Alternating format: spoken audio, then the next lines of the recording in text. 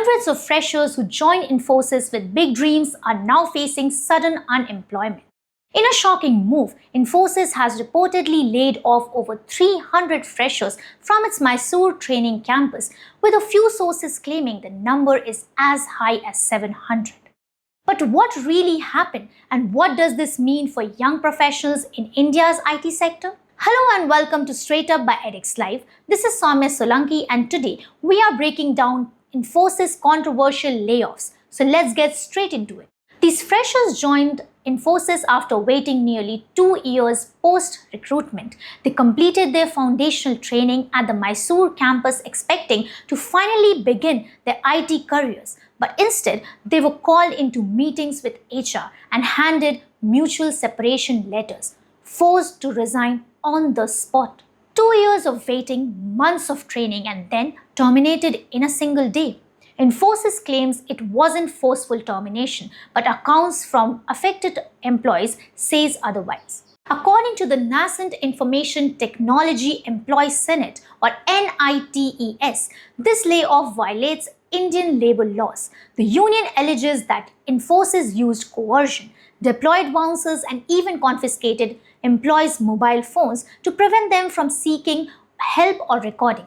Infosys, on the other hand, says these employees simply failed internal assessment. The company stated that every fresher gets 3 attempts to clear the test, and those who fail cannot continue with the organization, something that is already mentioned in their contract. But here's the question: if these assessments are standard practice, why was this mass layoff so sudden?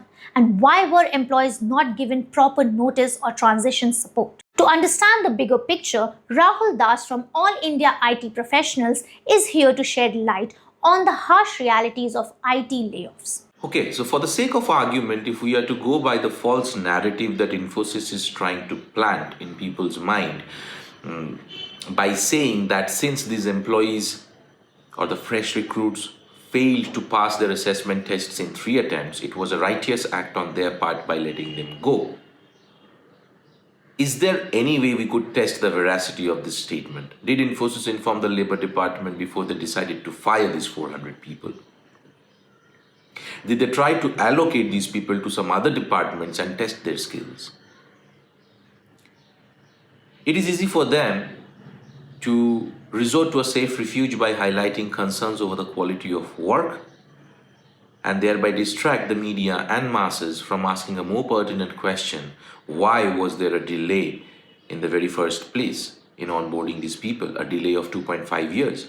Has Infosys suddenly realized that there was a breach of promise when they made these fresh recruits wait for 2.5 years before joining?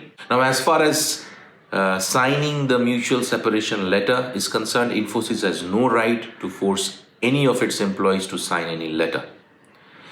This could well amount to an act of coercion if they pressured these fresh recruits to sign the mutual separation of letter. However, the onus is on the fresh recruits to prove that they were made to sign this contract under duress.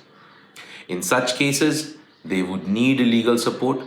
The All India IT and ITeS Employees Union's legal cell is providing all sorts of legal support to IT employees in India whenever they are caught in any dispute arising out of an employee-employer relationship contract. And here's where things get even more concerning.